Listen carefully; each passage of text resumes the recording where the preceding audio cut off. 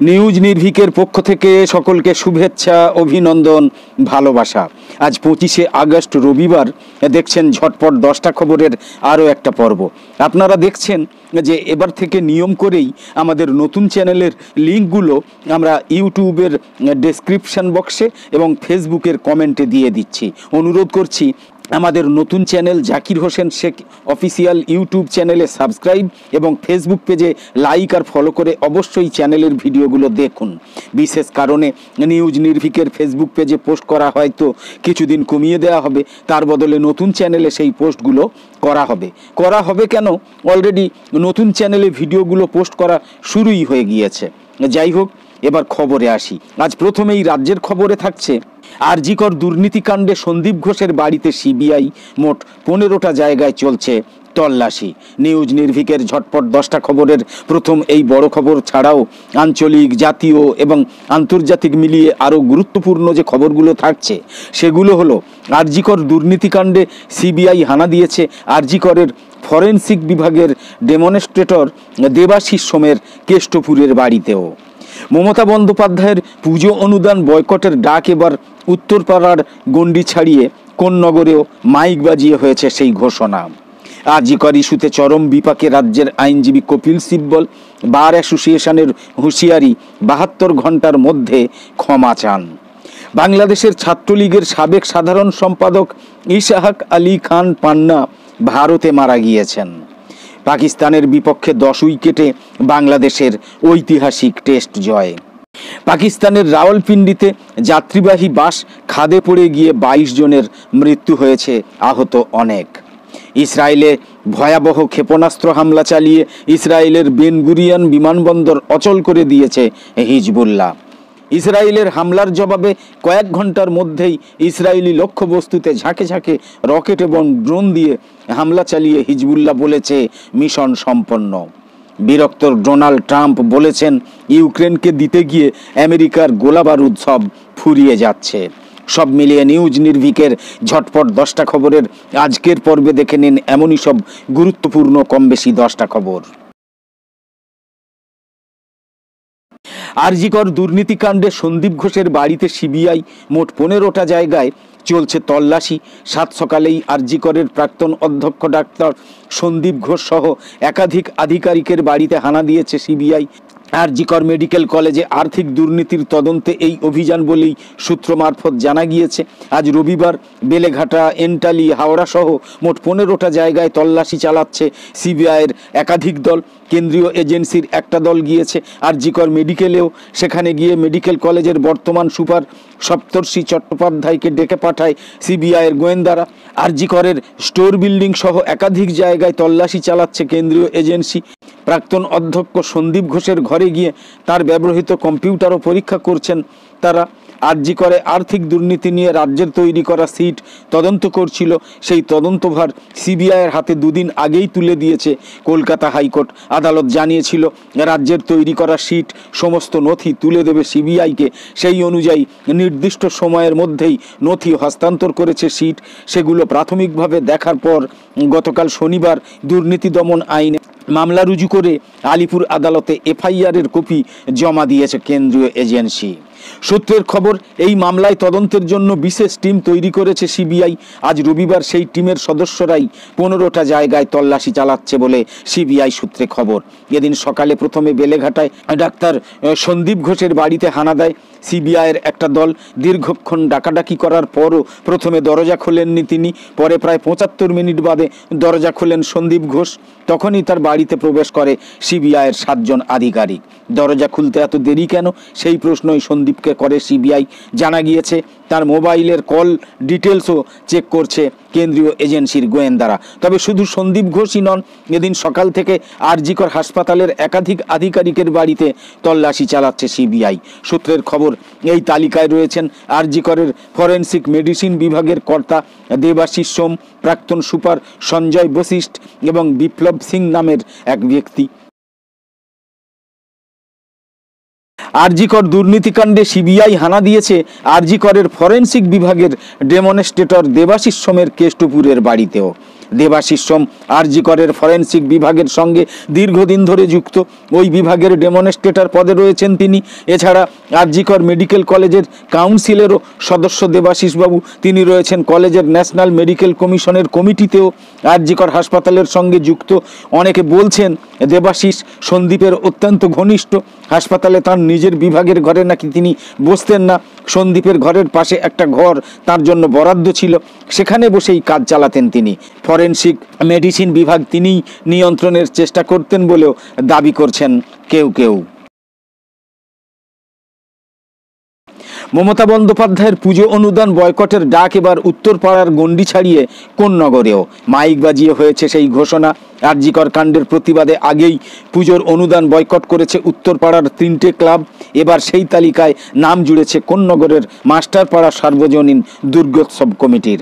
সেখানে অনুদান প্রত্যাখ্যান করেছেন এলাকাবাসীরা। জানিয়েছেন প্রতিবাদ করলে যদি পরের বছর অনুদান নাও মেলে তাতেও আটকে থাকবে না পুজো। হুগলির কোন্নগরের মাস্টারপাড়া সার্বজনীন দুর্গোৎসব কমিটির এলাকাবাসীদের সঙ্গে মিটিংয়ের পর সিদ্ধান্ত নিয়েছে আরজি করের ঘটনার প্রতিবাদ স্বরূপ এবার পুজোর অনুদান তারা নেবে না। এই মর্মে শুরু হয়েছে প্রচারও। টোটোয় মাইক বেঁধে ফ্লেক্স লাগিয়ে অনুদান বয়কটের কথা প্রচার করছেন পুজো কমিটির সদস্যরা। আরজি কর ইস্যুতে চরম বিপাকে রাজ্যের আইনজীবী কপিল সিব্বল। বার অ্যাসোসিয়েশনের হুঁশিয়ারি, 72 ঘন্টার মধ্যে ক্ষমা চান। আরজি কর হাসপাতালে তরুণী চিকিৎসককে ধর্ষণ এবং খুনের ঘটনা নিয়ে মামলা চলছে সুপ্রিম কোর্টে। সেই মামলায় রাজ্যের হয়ে সওয়াল করেছেন হেভিওয়েট আইনজীবী কপিল সিব্বল। এবার সেই আইনজীবীকেই বার অ্যাসোসিয়েশনের অনাস্থার মুখে পড়তে হতে পারে। সূত্রের খবর এমনটাই। জানা গিয়েছে গত 21শে আগস্ট আরজি করের ঘটনা প্রসঙ্গে একটা বিবৃতি প্রকাশ করেছেন কপিল সিব্বল। সেই নিয়েই যত বিতর্ক। সুপ্রিম কোর্ট বার অ্যাসোসিয়েশনের লেটার হেডে সেই বিবৃতি প্রকাশ করে লেখা হয়েছে, আরজি করের এই ঘটনা অস্থির সময়ের ইঙ্গিত বহন করে। সিবিআই তদন্তভার হাতে নিয়েছে। আশা করা হচ্ছে নির্যাতিতা ন্যায় বিচার পাবেন, অভিযুক্তের শাস্তি হবে। পাশাপাশি আগামী দিনে দেশে যাতে এই ধরনের ঘটনা না ঘটে তা সরকারকে নিশ্চিত করতে হবে। চিকিৎসকদের নিরাপত্তার স্বার্থে দেশের সর্বোচ্চ আদালত সুপ্রিম কোর্ট ঐতিহাসিক পদক্ষেপ গ্রহণ করেছে। এই নিয়েই চিঠি দেওয়া হয়েছে কপিল সিব্বলকে। অভিযোগ, নিজের পদের অপব্যবহার করে কোনো সদস্যের সঙ্গে আলোচনা ছাড়াই একতরফাভাবে একটা বিবৃতি প্রকাশ করেছেন কপিল সিব্বল, যা একান্তই তার নিজস্ব ব্যক্তিগত মতামত। তবে তা প্রকাশ করা হয়েছে বার অ্যাসোসিয়েশনের লেটার হেডে। এছাড়াও আইনজীবীদের একাংশের দাবি, সিব্বলের দেওয়া বিবৃতিতে আরজি করের ঘটনাকে ছোট করে দেখানো হয়েছে, ঘটনা লঘু করার চেষ্টা হয়েছে। এই প্রশ্ন উঠছে যে একদিকে তিনি যখন পশ্চিমবঙ্গ সরকারের হয়ে আরজি করে মামলা লড়ছেন, অন্যদিকে আবার দোষীদের শাস্তিও চাইছেন কেন? এতে স্বার্থের সংঘাত হতে পারে বলেও আশঙ্কা আইনজীবীদের অনেকের। ইতিমধ্যেই এই ইস্যুতে সিব্বলের উপর চাপ দেওয়া শুরু হয়েছে। সিনিয়র আইনজীবী তথা বার অ্যাসোসিয়েশনের প্রাক্তন সভাপতি ডক্টর আদি সি আগরওয়াল কপিল সিব্বলকে চিঠি দিয়ে 72 ঘন্টার মধ্যে ওই বিবৃতি প্রত্যাহার করতে বলেছেন। পাশাপাশি বারের সকল সদস্যের কাছে ক্ষমা চাওয়ার কথাও বলা হয়েছে। যদি কপিল সিব্বল এমনটা না করেন তাহলে অ্যাসোসিয়েশনের সভাপতি পদে সিব্বলের বিরুদ্ধে অনাস্থা প্রস্তাব আনা হবে বলেও জানানো হয়েছে। সব মিলিয়ে তুমুল চাপে রাজ্যের আইনজীবী কপিল সিব্বল। বাংলাদেশের ছাত্রলীগের সাবেক সাধারণ সম্পাদক ইশাক আলী খান পান্না ভারতে মারা গিয়েছেন।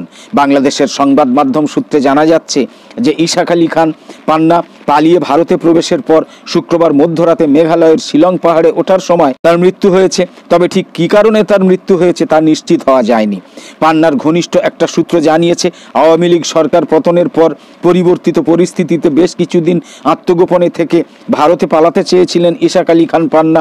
সীমান্ত পার হয়ে শুক্রবার রাত 12টায় মেঘালয়ের রাজধানী শিলংয়ের একটা পাহাড়ে ওঠেন তিনি। পাহাড় পার হয়ে ওপারে যাওয়ার চেষ্টার সময়তেই হৃদরোগে আক্রান্ত হন তিনি। এতেই নাকি তার মৃত্যু হয়েছে। পাকিস্তানের বিপক্ষে 10 উইকেটে বাংলাদেশের ঐতিহাসিক টেস্ট জয়। ইতিহাস গড়েছে বাংলাদেশ, জন্ম হয়েছে নতুন একটা রূপকথার। 2 যুগের টেস্ট ইতিহাসে যা আগে কখনো হয়নি তাই হয়েছে এবার। পাকিস্তানের মাটিতে প্রথমবার বিজয় নিশান উড়িয়েছে টাইগাররা। সাকিব, মুশফিকরা দিয়েছেন নতুন বাংলাদেশকে অবিস্মরণীয় জয় উপহার। পাকিস্তানের বিপক্ষে কোনো টেস্ট তো নয়ই, তাদের মাটিতেও কোনো জয়ই ছিল না বাংলাদেশের। তবে এবার ঘুচেছে সেই আক্ষেপ, ফুরিয়েছে হাহাকার। সিরিজের প্রথম টেস্টে রাওয়ালপিন্ডিতে পাকিস্তানকে 10 উইকেটে হারিয়ে দিয়েছে বাংলাদেশ, যা উইকেটের ব্যবধানে টাইগারদের সবচেয়ে বড় জয়। পাকিস্তানের রাওয়ালপিন্ডিতে যাত্রীবাহী বাস খাদে পড়ে গিয়ে 22 জনের মৃত্যু হয়েছে। আহত এক ব্যক্তিকে উদ্ধার করে স্থানীয় একটা হাসপাতালে ভর্তি করা হয়েছে।